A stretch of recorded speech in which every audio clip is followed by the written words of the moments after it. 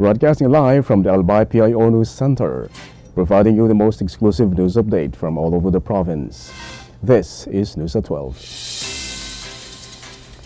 In the local scene, the Provincial Tourism, Culture and Arts Office, together with the Department of Social Welfare and Development and the Department of Tourism, has launched the first batch of emergency cash aid for tourism workers affected by Typhoon Uwan. The initial batch covers 69 tourism workers from various towns in Albay whose livelihood were disrupted by the calamity. The payout was held at the Governor's Guest House to provide immediate financial relief and help beneficiaries restart their businesses. Officials said the program ensures assistance reaches those most in need while supporting the recovery of Albay's tourism sector. Beneficiaries welcomed the aid, saying it eases financial strain and boosts morale during the recovery period.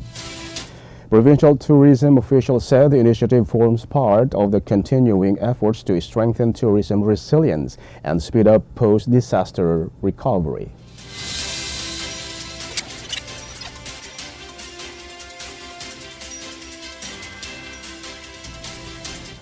In other story,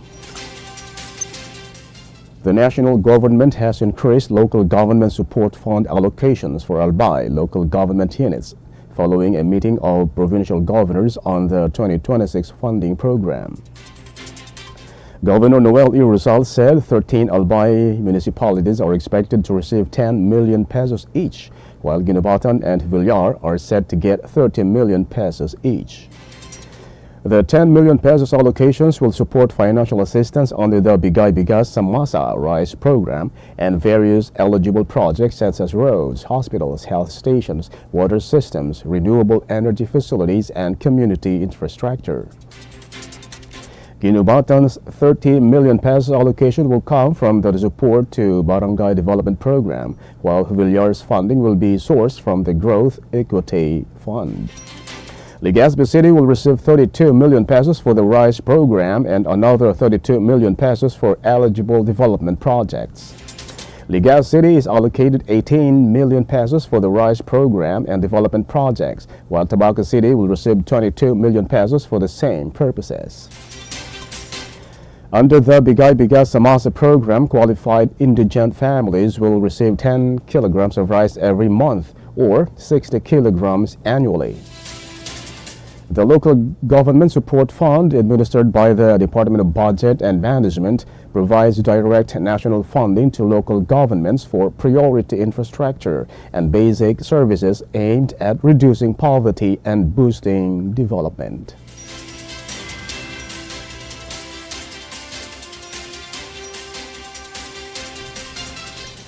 In other news, 4 centenarians from Legazpi City, Bacacay, and Ginobatan received 50,000 pesos cash incentive each from the provincial government of Albay in recognition reaching the age of 100. Governor Noel E. Rizal personally awarded the felicitation certificates and released the cash incentives to beneficiaries.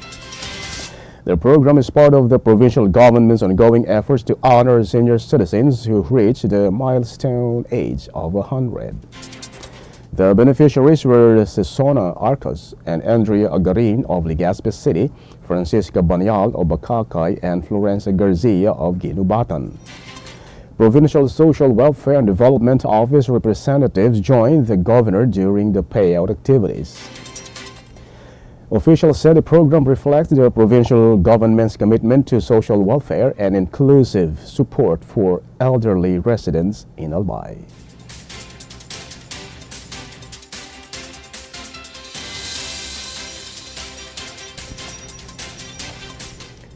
In the national scene, the Senate of the Philippines has wrapped up its nationwide consultations on proposed anti-political dynasty bills, holding its final public meeting in Mindanao at Xavier University, Ateneo de Cagayan in Cagayan de Oro City. Senators Riza Ontiveros and Francis Pangilinan led the consultation and said a committee report will be drafted based on 7 filed bills and feedback from the public. Ontiveros said the goal of the proposed law is not simply to block political families, but to open more opportunities for ordinary Filipinos to run for public office.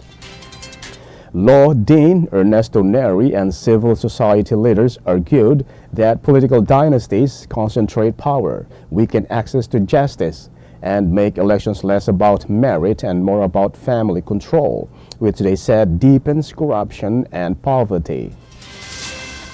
The speakers also noted that while the Bangsamoro Autonomous Region in Muslim Mindanao already limits political dynasties up to second degree of relation, a proposed national ban covering up to the fourth degree could push broader reforms as lawmakers aim to pass the measure before Congress adjourns in March.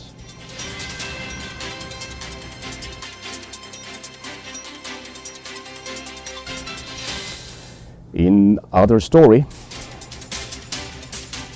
the fourth impeachment complaint against Sara Duterte has been transmitted to the office of House Speaker Faustino Boji D. III after being formally received by the office of the Secretary General, with lawmakers given until March 2 to include it in the plenary order of business before it can be referred to the House Committee on Justice.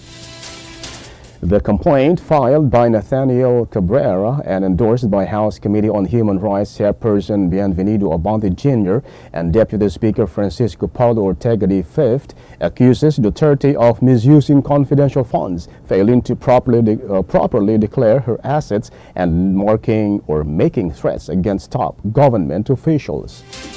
Abante said Duterte's announcement that she plans to run for president in 2028 does not excuse her from answering the allegations, stressing that the issues about accountability and whether she is still fit to serve as vice president. Duterte's legal team rejected the claims, saying repeated complaints do not make the accusations true, and assuring the public that they will respond to the charges at the proper time and in line with the Constitution.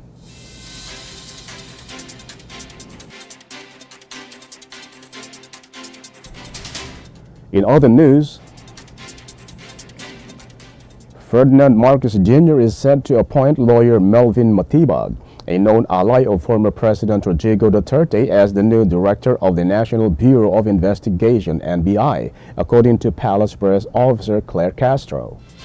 Matibag, who has previously served as Duterte's cabinet secretary and is currently Secretary General of Partido Demokratiko Pilipino Lakas ng Bayan, PDP Laban, will replace acting NBI Director Angelito Magno. Castro said she was not given a specific reason for the leadership change and could not say when Matibag would officially assume the post. She added that Marcos trusts Matibag and believes he can effectively serve the Filipino people, although the detailed basis for the appointment has not been disclosed. Matibag earlier held key government posts, including General Manager of the Manila International Airport Authority and President and Chief Executive Officer of the National Transmission Corporation.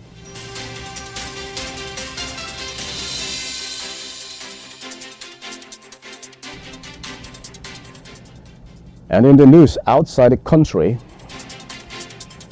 Prime Minister Mark Carney unveiled a multi-billion-dollar plan on Tuesday to strengthen Canada's military and rely less on the United States for defense.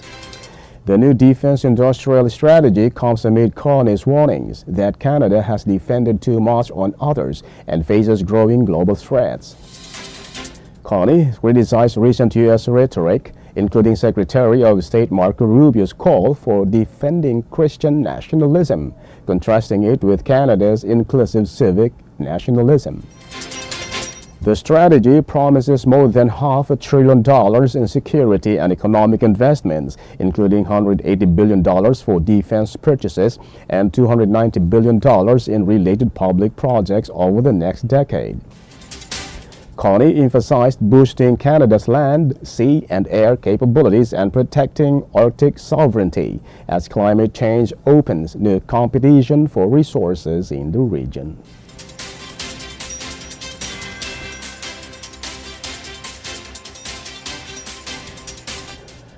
In other story, The United States has sent a large military force, including warships and fighter jets, to the Middle East, preparing for possible action against Iran.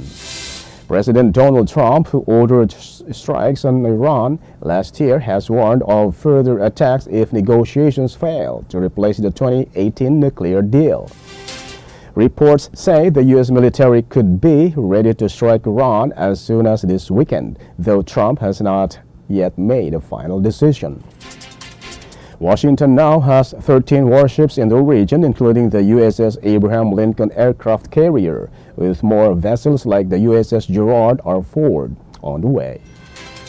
A fleet of fighter jets, stealth planes, refueling aircraft, and surveillance planes has also arrived to support potential operations. Trump's move comes amid large protests in Iran, and while talks in Geneva made some progress, U.S. officials say both sides remain far apart.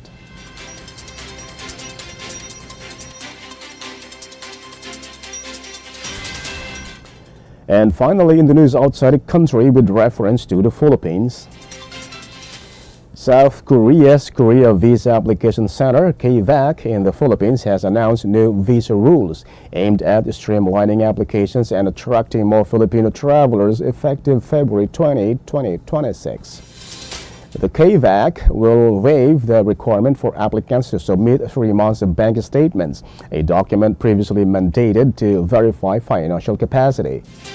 Student applicants now have the option to provide either an original school certificate or a copy of their student ID to confirm their student status, reducing document burden.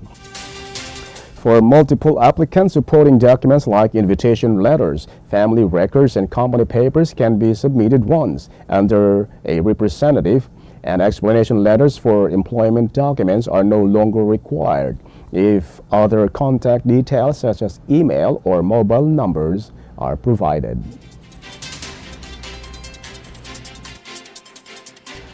That's the news at 12, February 20, 2026. We'll be back tomorrow for more news updates. Thanks to our news writer, Albay PIO and Naomi Ruth Hernandez. And on the technical side, Chad Bobis. Our Provincial Information Officer OIC, Moni Gonzalez. And under the supervision of our Governor, Noel E. Rizal, I am Greg Hallare. Thank you for subscribing.